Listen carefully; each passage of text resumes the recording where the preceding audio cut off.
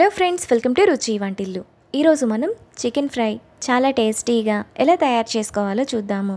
ఈ ఫ్రై మనకు రైస్లోకి కలుపుకోవడానికి బాగుంటుంది, ఇంకా రసం సాంబార్లో కూడా చాలా టేస్టీగా ఉంటుంది. సో లేట్ చేయకుండా వీడియోలోకి వెళ్ళిపోదాం.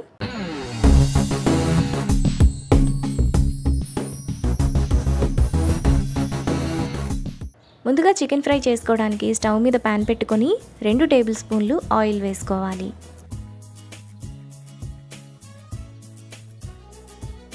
ఆయిల్ వేడైన తర్వాత సన్నగా తరిగిన ఒక పెద్ద ఉల్లిపాయ వేసుకొని మీడియం ఫ్లేమ్లో ఫ్రై చేసుకోవాలి.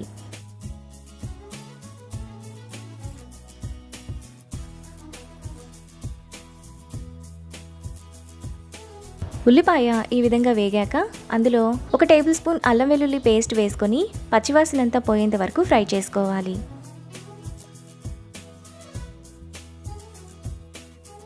అల్లం వెల్లుల్లి పేస్ట్ వేగిన తర్వాత అందులో అరకిలో కడిగిన చికెన్, టేస్ట్కి తగినంత ఉప్పు వేసుకొని హై ఫ్లేమ్లో 2 నిమిషాల పాటు కలుపుకోవాలి.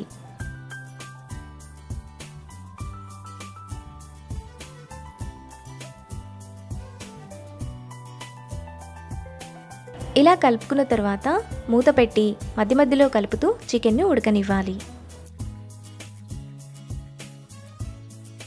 మూత పెట్టుకోవడం వల్ల చికెన్లో మనకు ఈ విధంగా వాటర్ అనేది వస్తుంది. ఇప్పుడు ఈ వాటర్ అంతా ఎగిరిపోయేంత వరకు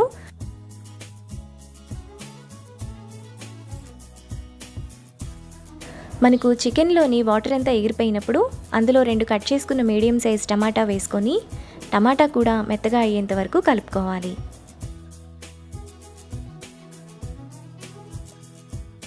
టమాటా కూడా మెత్తగా ఉడికిపోయిన తర్వాత 1/2 టీ స్పూన్ పసుపు, 1 టేబుల్ స్పూన్ కారం,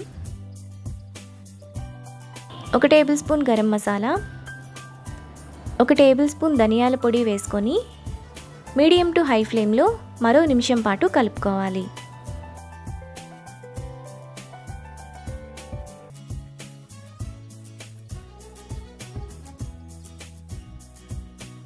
ఒక నిమిషం తర్వాత 1 టీ స్పూన్ చికెన్ మసాలా, 2 పొడవుగా కట్ చేసుకున్న పచ్చిమిరపకాయలు, కొద్దిగా కరివేపాకు వేసుకొని ఒకసారి కలుపుకోవాలి.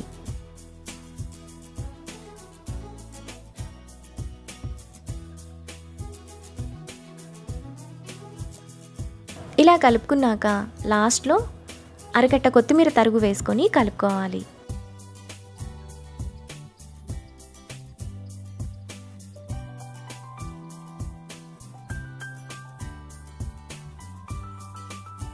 మనకు చాలా టేస్టీగా చికెన్ ఫ్రై రెడీ అయిపోయింది. ఇప్పుడు ఈ ఫ్రైను బౌల్లోకి తీసుకొని రైస్ ఇంకా రసం సాంబార్తో సర్వ్ చేసుకుంటే ఎంతో టేస్టీగా ఉండే చికెన్ ఫ్రై రెడీ. ఈ రెసిపీని మీరు కూడా ట్రై చేసి మీకు టేస్ట్ ఎలా కుదిరిందో నాకు కామెంట్స్లో షేర్ చేయండి. ఈ వీడియో కనుక మీకు నచ్చినట్లయితే లైక్ చేసి, షేర్ చేసి, సబ్స్క్రైబ్ చేయండి.